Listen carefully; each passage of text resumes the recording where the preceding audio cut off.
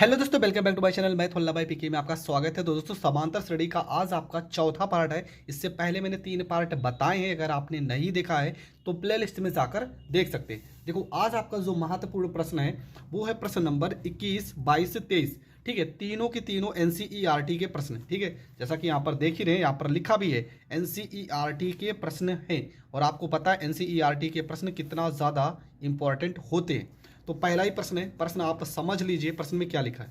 लिखा है कि किसी समांतर श्रेणी के चौथे और आठवें, देखो क्या लिखा है, चौथे और आठवें पदों का योग 24 है, छठे और 10वें पदों का योग 44 है। तो आपका इस समांतर श्रेणी के प्रथम 3 पद आपको ज्ञात करने हैं। ठीक है, प्रथम 3 पद आपको ज्ञात करने हैं। प्रश्न आप समझ चुके हैं। प्रश्न में क्या लिखा है कि समांतर श्रेणी के चौथे और आठवें पद, ठीक है, चौथे और आठवें पद आपके कितने लिखे हैं? आपके लिखे गए 24, तो आपको 24 लिख लेना है। और छठे और 10वें पद आपके लिखे हैं 44, तो यहाँ पर आपको 44 लिख लेना। ठीक है, हमने दोनों वैल्यू को लिख लिया है। अब हल कैसे करना वो समझते हैं। देखो, A4 का मतलब क्या? A4 का मतलब A प्लस में 3 यहाँ पे D। A8 का मतलब क्या? A प्लस में यहाँ पे 7 यहाँ पे D बराबर, यहाँ पे क्या लिखा है? यहाँ पे लिखा है यहाँ पे 24। A6 का मतलब क्या? A प्लस में यहाँ पे 5 यहाँ पे D प्लस में A10 का मतलब क्या? A प्लस में यहाँ पे 9 यहाँ पे D बराबर में यहाँ पे हो जाएगा आपका 44 हो जाएगा। A में A जोड़ देंगे तो क्या हो जाएगा? 2A प्लस में 7 में 3 जोड़ देंगे 10 यहाँ पे D बराबर हो जाएगा आपका 24 हो जाएगा। अब यहाँ से थोड़ा सा सरल करना चाहें, 2 कॉमन करेंगे तो हो जाएगा A प्लस में 2 पंचे 10 यहाँ पे D बराबर में यहाँ पे 24 हो जाएगा। 2 से 24 को काट देंगे तो यहाँ पर 12 हो जाएगा। मतलब A प्लस में यहाँ पे 5 यहाँ पे D बराबर में 12 हो जाएगा। समीकरण हो जाएगा फर्स्ट। इसके बाद देखो, A में A जोड़ेंगे यहाँ पर 2A हो जाएगा, प्लस में 5 में 9 जोड़ेंगे तो 9 5 14 यहाँ पे D हो जाएगा बराबर में यहाँ पे 44 हो जाएगा। ठीक है, इसके बाद यहाँ 2 करेंगे कॉमन तो A प्लस में 7D हो जाएगा बराबर में 44 हो जाएगा। 2 से 44 को काट देंगे तो यहाँ पर 22 हो जाएगा। A प्लस में यहाँ पे 7D बराबर में यहाँ पे 22 हो जाएगा। यहाँ पे समीकरण सेकेंड हो जाएगा। समीकरण यहाँ पर फर्स्ट हो गया, समीकरण यहाँ पे सेकेंड हो गया। समीकरण फर्स्ट व सेकेंड से हम लिखेंगे समीकरण फर्स्ट व सेकेंड से। समीकरण फर्स्ट में क्या लिखा है? A प्लस में यहाँ पे 7D बराबर में यहाँ पे 22। दूसरा A प्लस में यहाँ पे 5D बराबर में 14, 5D बराबर में 12, यहाँ पे माइनस माइनस माइनस। ठीक है, यहाँ A से A कट जाएगा, 7 में से 5 घटा देंगे 2, यहाँ पे D 22 में से 10 घटा दे 12 घटा देंगे तो यहाँ पे 10 हो जाएगा। यहाँ 2 से 10 को काट देंगे तो D का वैल्यू कितना आ जाएगा? D का वैल्यू आ जाएगा 5। फिर लिखेंगे D का मान रखने पर, D का मान हम उठाकर कहीं पर भी रख देते हैं। चलो इसी में रखते हैं तो A प्लस में यहाँ पे 5D बराबर हो जाएगा 12। A की जगह पर A ही रहेगा, यहाँ 5, D की जगह पे 5 बराबर में 12। A प्लस में यहाँ पर 25 बराबर में यहाँ पर 12 हो जाएगा। A बराबर आपका हो जाएगा 12 माइनस में 25। A बराबर 25 में से 12 घटा देंगे, माइनस में यहाँ पर 13 हो जाएगा। ठीक है, 5 में से 2 जाएगा, यहाँ पर 3 हो जाएगा, 2 में से 1 जाएगा तो 1 हो जाएगा। A का वैल्यू कितना आ गया? A का वैल्यू आ गया माइनस में 13। अब आपको करना क्या है? आपको श्रेणी निकालना है तो होता है A का वैल्यू कितना आ गया? माइनस में 13। दूसरा पद A प्लस में यहाँ पर हम क्या लिखते हैं? D लिखते हैं। A की जगह पे माइनस 13 और D की जगह पे 5, 13 में से 5 घटा देंगे माइनस 8 हो जाएगा। तीसरा लिखते हैं A प्लस में यहाँ पर 2D लिखते हैं।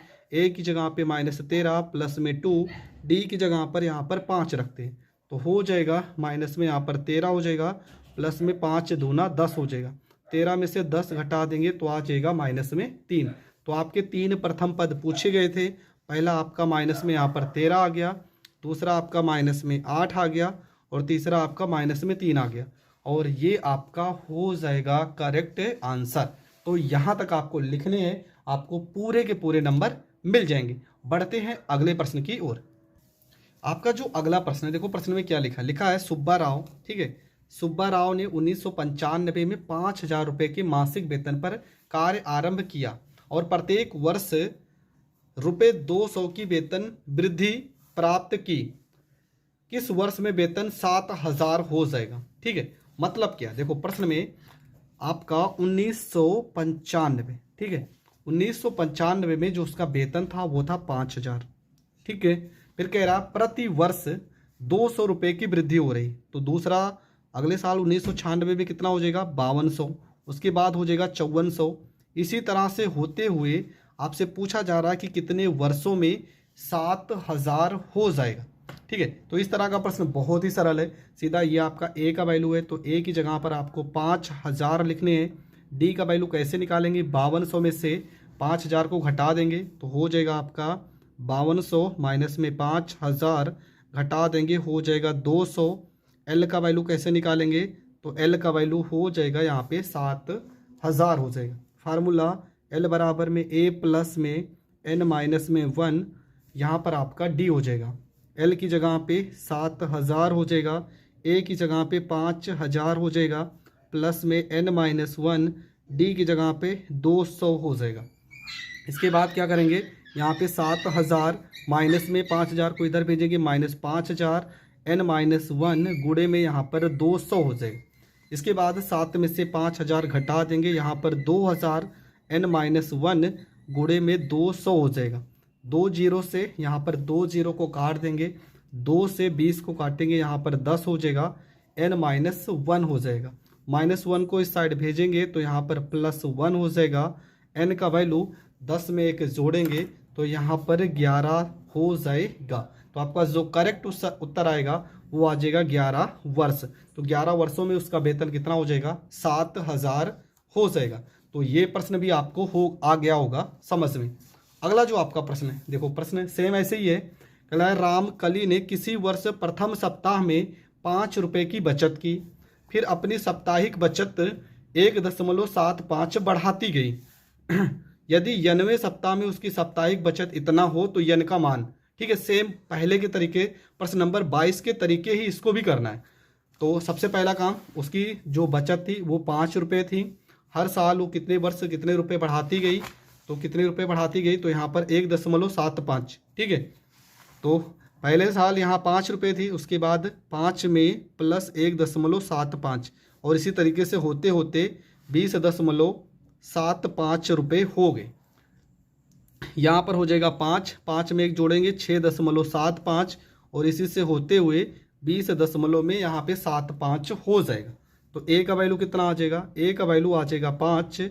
डी बराबर हो जाएगा 6.75 माइनस में 5.0, यहाँ पर हो जाएगा डी बराबर 5 हो जाएगा, यहाँ पर 7 हो जाएगा, 6 में से 5 घटा देंगे तो 1.75 हो जाएगा।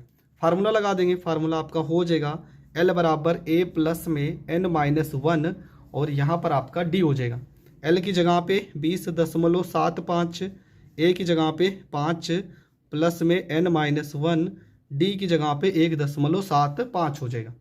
5 को इस साइड भेजेंगे तो 20.75 माइनस में यहाँ पे 5 हो जाएगा, एन माइनस 1 हो जाएगा, गुणे 1.75 हो जाएगा। 20 में से 5 घटा देंगे, 15.75 हो जाएगा, एन माइनस 1 हो जाएगा, गुणे में 1.75 हो जाएगा। देखो 2 अंक पे दशमलव यहाँ पर भी है, यहाँ पर भी है, इसे हम काट देंगे, ये हो जाएगा आपका 1575, एन माइनस 1 हो जाएगा, गुणे में 175 हो जाएगा। इसको अगर हम काट देते हैं तो देखो 25 से इसमें भाग करेंगे तो 25 से छक्का 150 हो जाएगा, हासिल आ जाएगा 7, इसको इधर भेजेंगे तो 75 और 25 से 3 75 हो जाएगा। 25 से इसे काटेंगे तो 25 सत्ते 175 हो जाएगा। 7 से इसे काटेंगे 7 9 63, एन माइनस 1 हो जाएगा। माइनस 1 को इस साइड भेजेंगे तो यहाँ पे प्लस 1 हो जाएगा और एन बराबर आपका हो जाएगा 10 वर्ष और ये आपका हो जाएगा करेक्ट आंसर। तो ये प्रश्न भी आपको बहुत अच्छे से समझ में आ गया होगा। जो अगला टॉपिक होगा आपका वो होगा पदों का योगफल से रिलेटेड प्रश्न, ठीक है, जिसमें हम ये दो फार्मूलों का प्रयोग करेंगे। एक आपका s बराबर n/2 a प्लस एल, और दूसरा जो फार्मूला n/2 ब्रैकेट में 2a प्लस में n-1 इंटू डी। तो इन दोनों टॉपिक के सवालों को हम नेक्स्ट वीडियो में कवर करेंगे। तो मिलेंगे नेक्स्ट वीडियो में, तब तक के लिए जय हिंद जय भारत।